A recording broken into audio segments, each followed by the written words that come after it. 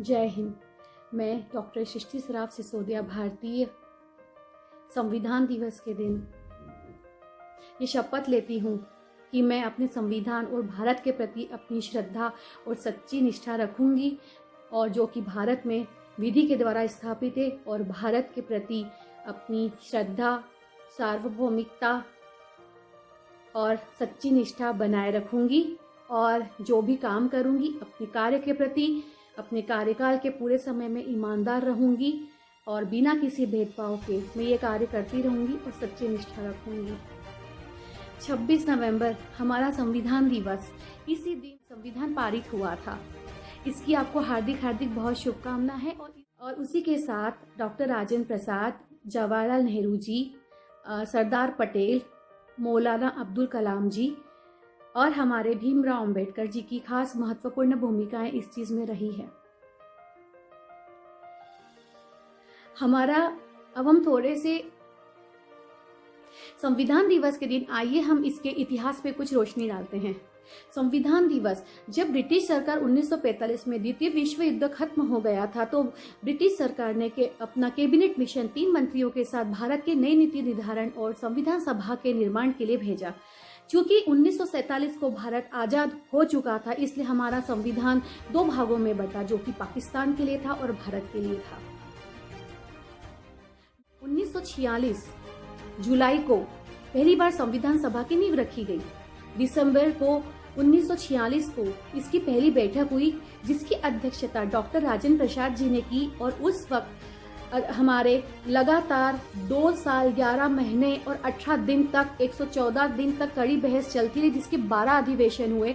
12 अधिवेशन के साथ साथ हम देखेंगे कि 166 दिन ये सबके लिए खुला रखा था, जिसके अंदर जन सामान्य जनता और प्रेस वाले हिस्सा ले सकते थे, अपनी बात कहने के लिए स्वतंत्र थे।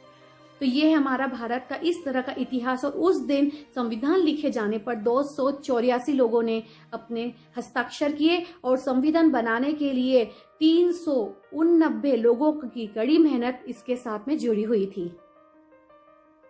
तो इस प्रकार 1949 26 नवंबर को संविधान दिवस लागू किया गया।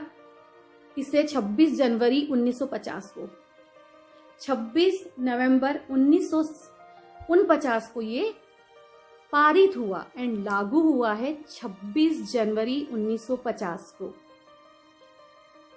अब हम आते हमारे संविधान में वर्तमान में 470 अनुच्छेद, 25 भाग और 12 अनुसूचियां हैं और 5 अनुलग्न है और 104 संशोधित धाराएं हैं। और जिस समय संविधान सभा का निर्माण हुआ था, तो उस समय हमारे संविधान में 395 अनुच्छेद, केवल 8 अनुसूचियां और 12 भाग हुआ करते थे। और अभी ही हम देखें तो सबसे अधिक रिसेंट में 101 नंबर के संशोधन में हमारे भारत में जीएसटी का बिल लागू किया गया और ये संशोधन किया गया। समय समय पर जब जरूरी होता है तो हमारे संविधान में पुराने बनाए गए नियम और धारा में परिवर्तन जब आवश्यक हो जाता है, तो एक इसमें मेजॉरिटी के साथ बहुत सारे सबूत, बहुत सारी मेजॉरिटी और बहुत ज़्यादा सोच विचार के साथ इसकी किसी भी धारा में संशोधन किया जा सकता है, जो अब के लिए ज़्यादा ही या भविष्य के लिए और ज़्यादा ही सुचारू रूप से चलाने के लिए मददगार साबित हो। हमारे संविधान की धारा 79 के तहत हमारे भारत को केंद्रीय संघीय माना गया। हमारे केंद्रीय कार्यपालिका के प्रधान हमारे राष्ट्रपति जी होते हैं, जिनको धारा 74 नंबर 1 में प्रधानमंत्री नियुक्त करने की सलाह दी गई, जो कि हमारे राष्ट्रपति को सलाह देते हैं और उनकी मंत्रिपरिषद के साथ सलाह मशवरा करके वो राष्ट्रपति को सारे कार्य की सूचना देते हैं और सारे कार्य संभालने की प्रेरणा देते हैं। उसी प्रकार से हमारे केंद्रीय परिषद में हमारे राष्ट्रपति और 2 हमारी राज्यसभा और हमारी लोकसभा होती है। लोकसभा हमारी लोक सदन की होती है और राज्यसभा जो होती है हमारे राज्य निर्वाचित लोगों से होती है। और इसी तरह किसी भी एक राज्य में हमारी राज्यसभा होती है, विधानसभा होती है, और उसी से ऊपर कुछ कुछ राज्यों में विधान परिषद होती है, हमारी मंत्री परिषद जो होती है। फिर हर राज्य के प्रमुख राज्यपाल को जरूरी सूचनाएं, विचार विमर्श वो हमारे मुख्यमंत्री जी की मंत्री परिषद के साथ दिया जाता है। तो इस प्रकार से हमारे भारत का ये जो गणतंत्र संविधान है ये बना और इसकी एक संरचना की गई है। और ये किसी विश्व में किसी भी गणतांत्रिक देश का सबसे लंबा लिखा जाने वाला हमारा ये संविधान। हमारे संविधान में सबसे ज्यादा प्रभाव हमारे भारत का धारा नंबर 135 का है, जो कि 250 अनुच्छेद को अपना प्रभाव डालता है। हमारे संविधान की प्रारूप समिति और सर्वोच्च न्यायालय ने भारत के संविधान को संघात्मक संविधान माना गया है, लेकिन इसमें कुछ विद्वानों में हमारे भारत की प्रस्तावना के आधार पर हमारे भारत का संविधान संप्रभुता संपन्न, समाजवादी, पंथ निरपेक्ष, लोकतंत्र, गणतंत्र है। संप्रभुता संपन्न यानी कि हमारे देश किसी भी विदेशी शक्ति और किसी भी आंतरिक शक्ति के पूर्णतया मुक्त है। उसके अपने विचार हैं, उसकी अपनी नीतियां हैं, उसके अपने नियम और कायदे हैं।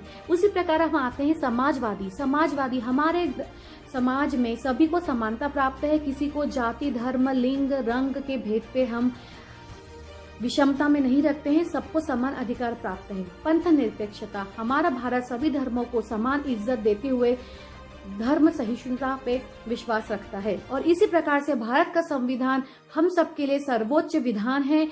और इसके साथ हमारा देश जिस प्रकार से लगातार चल रहा है, इतने साल पुरानी सोच के साथ, जिस प्रकार से आप सोच सकते हैं कि इतनी पुरानी सोच ने कितने भविष्य के निर्माणकारी कार्यों को मद्देनजर रखते हुए अपने भारत के संविधान का निर्माण किया है, जिसके अंदर केवल 104 संशोधन किए गए हैं, जिसकी प्रस्तावना 124 संशोधन की थी, लेकिन 104 में ही संशोधन किया गया है। अब आप सोच सकते हैं कि हमारे भारत का संविधान कितना महान है, कितना मजबूत है, और कितने मजबूती से भारत के उन नींव में और कितनी मजबूती से कंधों पे रखा गया है। और जिस प्रकार से हमारे आजकल के सारी भारतीय जनता और हमारे भारत के सारे नेता अधिकारीगण जिस प्रकार से संविधान की इज्जत करते हुए उसके प्रति सच्ची निष्ठा और भक्ति और उसके प्रति श्रद्धा रखते हैं।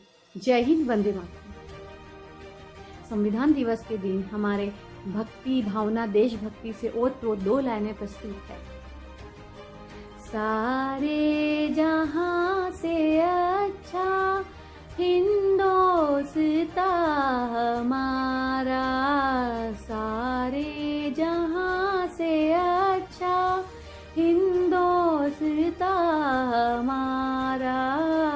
हम बुलबुले हैं इसकी, ये गुलसिता हमारा, सारे जहां से अच्छा हिंदोस्तां हमारा।